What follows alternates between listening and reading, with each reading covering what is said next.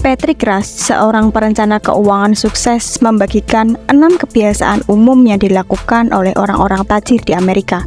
Yang menariknya lagi, kebiasaan ini bisa menjadi panutan untuk kita agar bisa lebih baik dalam mengelola finansial di masa depan.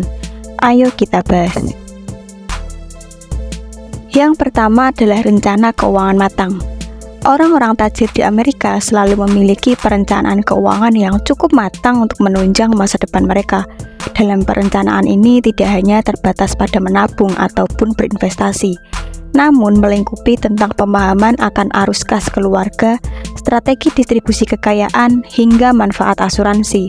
Rencana ini tidak hanya berlaku untuk 1-2 tahun ke depan, melainkan bisa jangka panjang. Yang kedua adalah komitmen tinggi. Memiliki rencana keuangan yang matang dan terstruktur tidak akan membuahkan hasil kalau tidak dilakukan dengan komitmen yang tinggi. Mendukung persoalan tersebut, Patrick Ras menyampaikan bahwa orang-orang tajir di Amerika selalu berkomitmen tinggi dalam merealisasikan rencana keuangannya. Bahkan, mereka tak segan untuk mencari bantuan orang-orang profesional untuk memastikan komitmen yang mereka lakukan. Yang ketiga adalah investasi secara rutin. Orang-orang tajir Amerika juga selalu berusaha untuk investasi secara rutin. Yang menarik ialah mereka tidak melihat pengelolaan investasi jangka pendek sebagai kunci keberhasilan, melainkan langsung menuju strategi jangka panjang. Tujuannya adalah fokus pada kekuatan pasar. Memang sih butuh dana yang lebih besar, namun kalau berhasil keuntungannya jauh lebih besar. Yang keempat adalah menyiapkan dana pensiun sejak dini. Berbeda dari orang Indonesia pada umumnya, masyarakat Amerika selalu mengutamakan dana pensiun. Ini bahkan sudah menjadi prioritas utama dengan harapan hidup sampai dengan usia 96 tahun. Namun, hal ini bukan menjadi patokan utama karena bisa saja orang memiliki keinginan tersendiri untuk menentukan sejauh mana mereka mau mempersiapkan dana pensiun tersebut.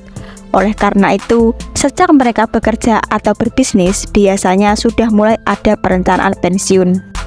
5 adalah mengurangi beban pajak secara legal. Kecerdasan orang Amerika memang tidak bisa diragukan lagi. Bahkan, mereka juga melakukan pengurangan beban pajak terhadap tabungan dan investasi secara legal, yang artinya diperbolehkan dalam hukum. Cara yang biasa dilakukan oleh mereka adalah memilih instrumen investasi dengan pajak rendah hingga melakukan perencanaan pajak untuk bisnisnya. Dengan begitu, potongan harga pembayaran pajak bisa lebih diminimalkan. Karena ya meskipun penghasilan mereka tinggi, tapi nilai pembayaran pajak orang Amerika juga sangat mahal. 6 adalah merencanakan amal.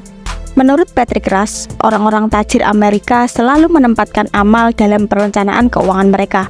Biasanya nominal amal atau donasi yang mereka keluarkan juga cukup besar karena mereka menilai bahwa amal ini tidak hanya bisa memberikan manfaat untuk sosial, melainkan juga berkontribusi positif pada perencanaan keuangan jangka panjang.